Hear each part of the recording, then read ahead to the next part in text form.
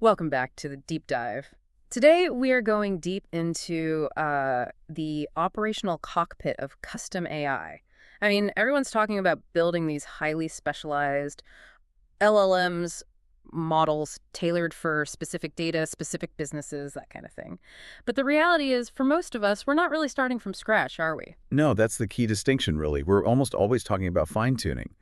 Taking an established pre-trained model, could be Llama, could be Gemma, whatever foundation you choose, and then transforming that generalist into a specialist. Right, shaping it. Exactly. It's the essential step to bridge that gap. You go from broad capability to the kind of precision you actually need for your specific job. And looking at the sources we've gathered, it seems like mastering this isn't just about the data you feed it, it's really about mastering the configuration file, the strategic setup. So our mission today is to give you a clear, practical workflow for fine-tuning, one that really respects that central, unavoidable conflict happening inside your GPU. Ah, yes, the conflict. It's that constant three-way tug-of-war, isn't it? Between quality, speed, and crucially, memory VRAM. You really can't max them all out. You just can't. If you want top quality, well, speed and memory efficiency usually take a hit. Optimize for speed, maybe you compromise a bit on quality. Every successful setup, really, it's a compromise. It has to be defined by your goals and, maybe most importantly, your hardware limits. Okay, let's start right there with the ultimate gatekeeper, VRAM. How quickly does VRAM become like the main blocker when you're just trying to run a standard big model? Oh, VRAM is the hard ceiling. It absolutely dictates what you can run, full stop. Not what you want to run. If you hit that limit, it's not a slowdown. It just crashes. It crashes. You get that lovely out-of-memory error. Oh, okay, yeah. And that means hours of GPU time potentially wasted, projects derailed. It's brutal. To get a feel for the, let's say, physics of it, look at a standard 70 billion parameter model. Okay, 70B. All right. At standard 16-bit precision, that means 2 bytes for every single weight. You do the math, 70 billion times 2. You're already over 140 gigabytes of VRAM. Wait, hang on. 140 gigs just to load the weights before you even start training. Exactly. That's just holding the model in memory. That basic calculation doesn't even account for everything needed for the learning part. You've got the gradients, which can easily double the memory footprint right there. Then there are the optimizer states, the activations during the forward pass, and of course the actual data batch you're processing. It's all competing for the same limited pool of VRAM. It's like a traffic jam in there. Kind of, yeah. Which is why those high-end cards, the A100s, H100s with 80 gigs, they feel like a big open space, a large arena. But then you get to consumer cards, maybe 16, maybe 24 gigs. And suddenly you're forced into these, well, aggressive memory-saving tactics right from the get-go. Okay, so VRAM is the hard limit. Let's talk about the other two forces you mentioned that we're balancing against it. When we say quality, what are we really aiming for, and what's the cost? Quality means better reasoning, fewer mistakes or hallucinations, really getting that deep domain understanding. But the price, its complexity and its compute time. Our sources definitely highlight this using longer context windows, which you often need for better reasoning. Wow. That dramatically increases the cost. There was one experiment cited where doubling the model's reasoning accuracy by using longer context actually quadrupled the training time. Quadrupled? Wow. Yeah, that's the sort of nonlinear hit you take when you're chasing perfection. Okay, and the flip side is speed, faster training. That means quicker feedback, lower GPU bills. Pretty essential for iterating, right? Oh, absolutely. If you're developing a product, trying things out daily on specific tasks, speed is king. Honestly, a model that's, say, 90% accurate and you can ship it this week. That often gives more immediate business value than the perfect 98% one that takes 6 weeks and drains your compute budget before it's even done. Finding that sweet spot. Exactly. Finding that quality-speed memory balance is about defining what good enough actually means for your specific goal, your business case. Right, this is where it gets really practical. Let's talk about the levers, the actual tools we use to manage this fight. These are the parameters you set in your config file, the dials you turn. Yeah, and these levers basically determine if your fine-tuning run even starts, let alone finishes successfully. They're critical. Okay, lever number 1, sequence length. You call it the context king. This is how much text the model sees at once. It's sort of working memory. Crucial for quality, especially complex tasks. But why is it so expensive memory-wise? Because the memory usage in those attention mechanisms, it grows quadratically with the sequence length. Quadratically. Okay, break that down. Right. So if you double your context length, say from 4,000 tokens 4K up to 8,000 tokens 8K, the memory needed doesn't just double. It can actually quadruple, assuming everything else stays the same. Yeah. This is where a lot of fine-tuning memory budgets just evaporate. So our recommendation based on the sources, aim for 8192, 80K, as a good quality starting target if you can. If VRAM is tight, okay, drop to 4096, 4K. Going lower, like 2048, that's really a last resort. It seriously limits what the model can handle context-wise. Got it. Lever 2, optimizers. The learning engine, you said. Deciding how the model actually learns from mistakes. The standard seems to be Adam W. Adam W is the workhorse, yeah. It's reliable, good for quality, but it has a bit of a memory secret. Oh. Its optimizer states the things that track momentum and variance for every single weight you're training, they can take up almost as much memory as the model weights themselves. Seriously, that's huge. It is. So when you hit that memory bottleneck, the optimizer is one of the very first places you look. You switch to more memory-efficient versions. Specifically, you look at paged or 8-bit variants, like page Adam W 8-bit. These basically compress or cleverly move those state variables off the GPU, freeing up a lot of VRAM, usually with minimal impact on how well the model learns. Okay, smart. Lever 3, attention mechanisms. The computational beast grows quadratically, too. Big bottleneck for speed, right? Definitely. It's how the model figures out what parts of the input are important for predicting the next part. To manage this beast, we generally recommend using at-an implementation, SEPA, as your default. SDPA. Scale.product attention. It's built into modern frameworks like PyTorch now, and it offers a really good balance of speed and stability right out of the box. You could chase absolute maximum performance with something like Flash Attention too, but those highly optimized versions can sometimes be a bit less stable or need very specific hardware setups. So start with TPay. Makes sense. Stick with stable first. Yeah. Okay, finally, lever 4, LoRa. Low rank adaptation, the smart shortcut, also called PFF. Yep, parameter-efficient fine-tuning. And LoRa is kind of brilliant because it elegantly sidesteps the whole issue of updating billions of weights. How does it do that? It freezes almost all of the original massive model. Then it inserts these tiny extra adapter layers that are trainable. Think of it like adding a small, specialized corrective lens onto the big general-purpose LLM.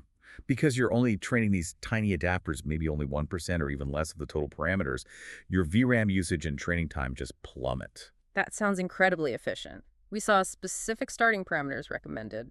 Lower rank, 16 lower alpha, 32. What does that rank 16 actually mean? Why 16? Okay, think of it mathematically, sort of.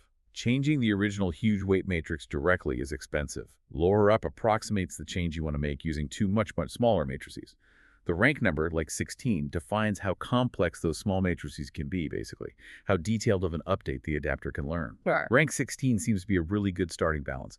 It gives enough complexity to capture domain-specific details, but it keeps the adapter size, and thus the memory footprint, incredibly small. So going higher, like 32 or 64, might give slightly better quality but starts eating into the memory savings. Exactly. You start losing the main benefit of LoRa, which is efficiency.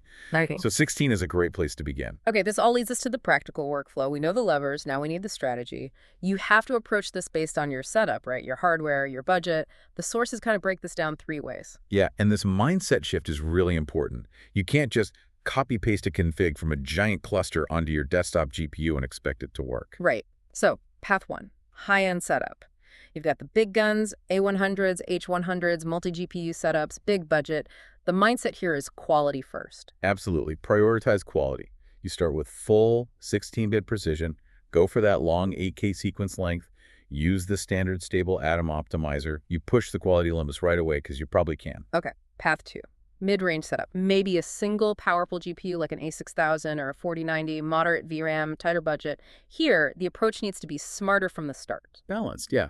You use efficiency techniques proactively, not just reacting when things break. So maybe adopt that 8-bit paged optimizer early on. Conserve VRAM for the beginning without really hurting quality much. And path 3, budget or consumer setup. Limited VRAM, maybe 16, 24 gigs. Here, it's about survival. Pretty much. You have to be aggressive on memory savings right away. Your mindset is dictated by necessity. You probably start with a shorter sequence length, maybe 4K immediately, maximize LoRa, use 8-bit optimizers, maybe even look at quantization early. Your config is built around fitting it all. It really is about pragmatism, isn't it? What are my constraints and how do I configure to work within them? That's it, exactly. So for people wanting a solid starting point for testing, let's nail down that specific quality-first baseline configuration again.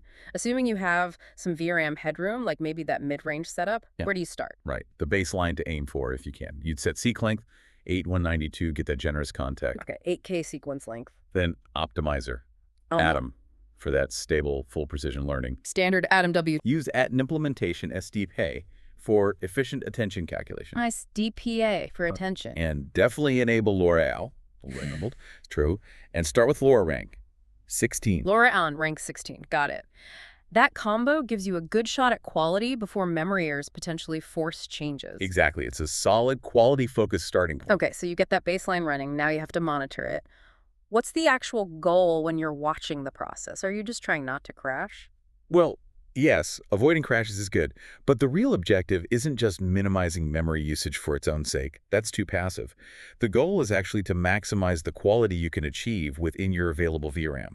You want to push right up against that ceiling, carefully. Okay, maximize quality within the limit. And how do we avoid that nightmare scenario running a job for 12 hours and then it crashes with an ohm error?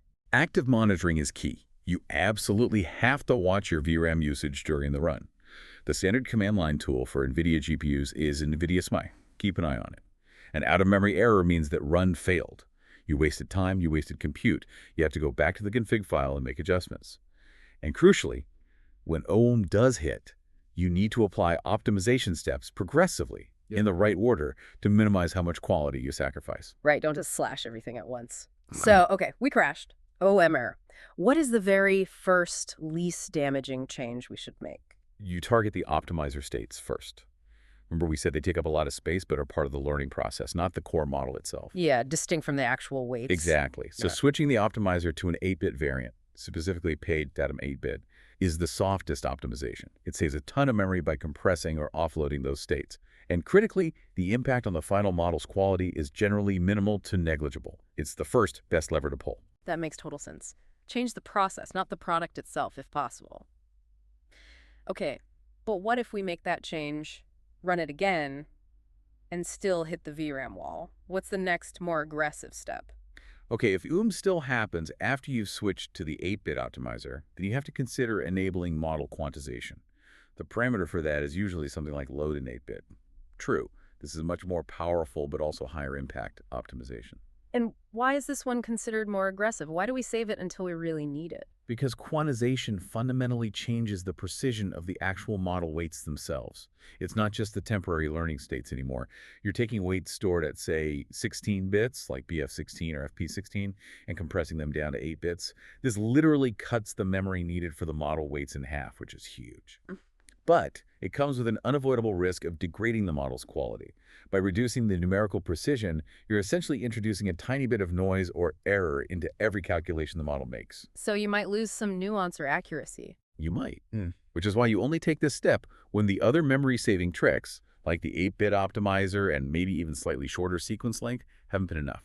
You're actively trading potential final quality for the ability to run at all, or run faster. It's a necessary compromise sometimes, but you do it last. Okay, this whole discussion really paints a picture of fine-tuning as, well, intelligent engineering, not just brute force. It's about finding that smart balance, that equilibrium between quality, speed, and that hard limit of VRAM, and making sure it all aligns with your actual goals and budget. Precisely. Yeah. You have to respect the hardware limits you have, but then creatively push against them using these very specific configuration levers we've talked about. Thoughtful experimentation, guided by understanding these trade-offs, that always beats just trying to run some config you found online that was designed for totally different hardware. Yeah, definitely. And maybe as a final thought for you, the listener, to chew on, as you think about investing the time and the resources into building your own custom specialized model. With these massive foundation models getting better so incredibly quickly, it's worth constantly asking, does the long-term value of building, owning, and maintaining my custom fine-tuned model truly outweigh the ongoing cost and effort? That's a really important question. And the answer to that calculus can change, almost year by year, maybe even faster. If your main goal is just raw capability on a general task, maybe leveraging the latest big foundation model directly is actually more efficient right now. The real value in fine-tuning comes when your product needs that distinct, specialized, maybe private knowledge that only exists in your data, embedded into your custom model. So bottom line, make sure you're chasing what actually works and provides value for you, not just chasing some theoretical perfection that might be impractical or unnecessary. Chase what works. Great advice. Fantastic insights today. Thank you. My pleasure. We'll be back soon for our next deep dive.